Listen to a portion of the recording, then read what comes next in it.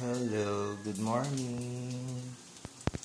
So, nag-iinit tayo ng litson deli.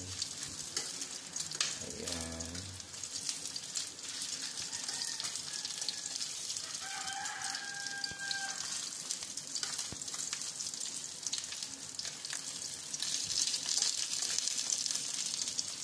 And then, nagluto tayo ng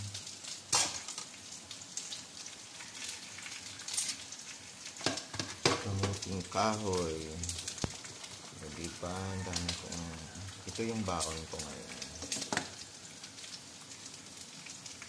Of course, meron din tayong pansit bato. Ayan.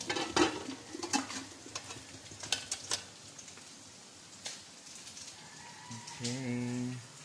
Tingnan natin ang panahon. Mainit yata ngayon.